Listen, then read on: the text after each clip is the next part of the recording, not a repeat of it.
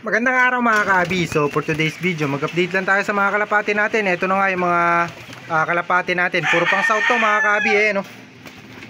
So bali paparonday lang natin. Dalawa natin pang norte na hindi natin nabunutan. Ayan, so dalawa kasi yung pang norte natin dito. Yun lang yung pang norte natin, dalawang choco. Ito. So patitibayin natin kahit na may bagyo, magpaparonda tayo. So medyo malulang pa kasi dito, saka baka abutan sila ng ulan. Pero try natin na parondahin para sa ganun tumibay itong dalawang pang norte natin. Matagal pa race na ito pero panigurado titibay ito. So bali young bird din sila pala ng summer saka norte, young bird sila. So isa lang yung singsing ng summer saka norte namin. So ayan, dalawa lang sila, matibay ito mga kabi. Talagang lahat ng entry maaabuti na ito kapag matalino. So kapag umabot ng derby, talagang aabutin nila lahat ng entry. I-entry natin sila sa lahat no. So batang bata, nakita nyo naman siguro yung balahibo, may dilaw-dilaw pa. Pero alam ko isang buwan na mahigit to halos 2 months na, pero may dilaw-dilaw pa yan. Nakita nyo siguro sa balahibo no, yung mga nakaangat na yan. So ayan, bata pa to, kaso hindi sila ganun kabata. Siguro nasa 2 months na to no. Kaso may dilaw-dilaw pa. Yun yung kapatid niya. So dalawa sila magkapatid no. Kapatid din nila isang choco na yun, kaso mas matanda sa kanila. Mas matanda siguro sa kanila to ng 2 o 3 buwan. 2 buwan lang ata no, kaya bumabara ako na So ito ala pa. Yung dalawa na yan yun. So paparondahin lang to ni Boston Ying at subuhan pala muna natin ng vitamins para sa ganun lumakas-lakas sila. Ayan, tapos itong mga young bird natin na to na pang south. So baka bukas na natin to subuhan o sa isang araw na susubuan. Itong dalawa na to. Ayan. So dahil madalas nga ang inom tuloy ang ulan dito sa amin no. So ayan, medyo maganda yung balahibo nila ngayon kasi madalas sila makaligo no. So kakaligo lang nito tumuulan kanina, nakita ko naliligo iba. So ang liligo sila dito kasi naka-open sila dito no. So in case na gusto nilang maligo, dito nga lang sila tatapat maliligo sila dito. Pag ayaw nila, doon lang sila sa gilid no. So may bubong yan mga kabi, hindi natin hinahayaan na walang bubong kasi kawawa naman yung mga kalapate kapag walang bubong yung kalapate nyo. So kung meron man kayong panshir na nakikita na gano'n ang ginagawa sa mga breeder nila, sa mga champion nila na ginagawang breeder, so tayo ayaw natin gawin yun sa mga kalapate natin, lalo na pagka ganito yung iba natin dito mga champion tapos mga kumbaga naghirap na rin sa karera. So kumbaga nagbigay na ng karangalan sa kanilang mga lop. Ayan. So kaya tayo, ito pala yung dumumi natin no. So ayan, naglilinis pa rin siya hanggang ngayon. So ito yung nabugbog nung breeder natin na si Tatang. Ayan, so papakita ko sa inyo. Ayan, so okay naman sana to Kaso dumumi siya nung nabugbog nga nung breeder natin, si Tatang. So siya sana pinaparis ko. Pumangit na yung kulay niya. So ito yung puti pala natin ganda na ng kulay. Maputing-maputi na ngayon mga kabi So nakita niyo naman siguro, kulang pa pala tayo ng bunot dun sa dulo, sa buntot niya So may luma pa siya dun sa buntot. Ito, matatapos na rin maglugo niyan. Makita niyo naman siguro sa pakpak So siguro mga 1 buwan na lang to mga kabi dalawa. Tapos na to yung pakpak niya na yan. So kada 2 weeks kasi naglalaglag sila mga kabi. So kuminsan kapag mabilis maglugon yung kalapate nyo, kada 1 week.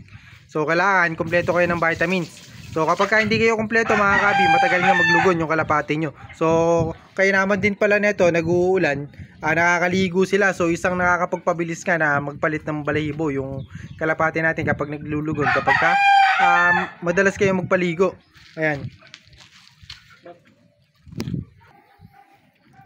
So ito pala yung dalawa natin na nagbigay na ng karangalan sa atin kahit papaano. Ito si Tacloban, 2 times ng norte, 2 times ng south. Tapos ito naman 1 time to ng norte. So alam ko clacker din to ng last lap nung summer kaso nung special race hindi siya nag-clock. Ito, so sayang. So parang wala atang nag-clock sa amin nung special race, wala nag-clock ng live. So kaya lang nag-clock yun mga kabi, binigyan ng parang palugit ganun. So sayang to. So hindi pa kinaya kasi bata pa to mga kabi nung nailaban nga, saka naglulugon sila.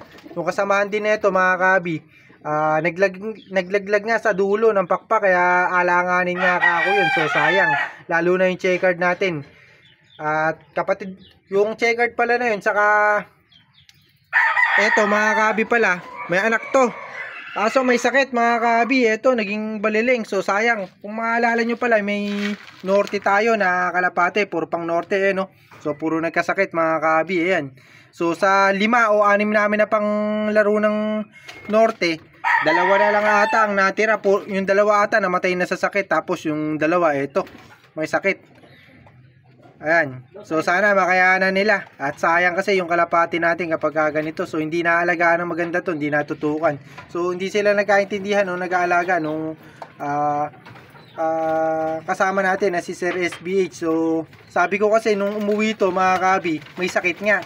Kaso hindi nga nasabi o hindi nalaman nung ni Sir SBH. Kaya ang nangyari, hindi niya na-recover, nagkahawaan pa. Ito lang may sakit na nung una.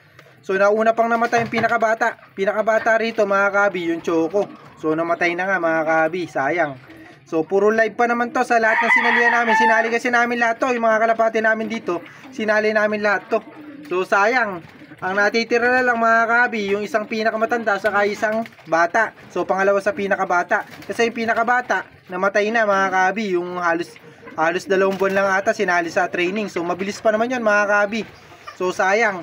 Kaya bali 2 na lang natira sa 6 na pang laban namin. 2 namatay, dalawa nga ito. 2 may sakit. Tapos 2 na lang yung kumbaga galing sa sakit. Sana makauwi pa. So sayang na sayang kasi puro live to sa mga sinalihan nga natin. So yan yung mga pang norte natin. Sayang. At pinaalagaan nga natin kay Sir SB. So siya naglaro. Kaso hindi nga naging maganda yung resulta ngayon kasi puro may sakit. So sayang sa mga sinalihan natin. Ayan. Kasi ito naman si Tatang mga kabi, mukhang pares na sila neto eh. So nakalimutan ko palang pakita sa inyo yung 7th overall natin na pinagpares natin. Ito yung 6th overall natin, si Tatang no? Si Tatang Falcon. So wala sila sa kondisyon ngayon, pero papaliguan lang natin to para makakondisyon nga mga kabi, makita nyo naman. So ganyan talaga kapag galing sa lugon, hindi pa totally kasi lugon to mga kabi, pinagpares lang natin. Ayan. So yan nga, pumasok na agad yung 2 natin na Choco, gutom na gutom. Ayan. So hindi yata napapakain to kaya gutom na gutom. Pumasok agad yung 2 yan oh. Hinihingal pa yung isa. Bagya lang lumipad, siguro nasa 5 minutes lang lumipad to. Hinihingal na. Ayan, so ilang araw kasi hindi nakalipad tong mga to mga kabi. Nadamay nga rito, halos 1 week na nga mahigit na hindi sila nakakalipad simula rito. Simula nung nabunutan tong mga to, sayang. Ayan oh. So ito, magiging hingalin din to mga kabi, yung mga pang south natin na to kasi nga nadamay nga sila, lahat sila. Ito pala, mayroon pang isa kaso ito pang stock bird na lang to mga kabi. Ayan oh. So ito pala yung 7th overall natin na ipinaris nga natin dito sa speedbird natin na mga magaganda nga linyada. So halos magkalahi na rin sila neto kaso mayroong pasok na Falcon line to mga kabi. Puro Falcon line na yung mga kalapati natin. Ayan. So nakita nyo naman, ito yung mga kalapati natin ngayon. So medyo mahaba na yung video natin, baka abutan pa tayo ng ulan, magpapakain na si Boston Ying. Kaya hanggang dito na lang yung video natin at in-update ko nga lang kayo sa mga kalapati natin. Happy flying sa inyo, God bless.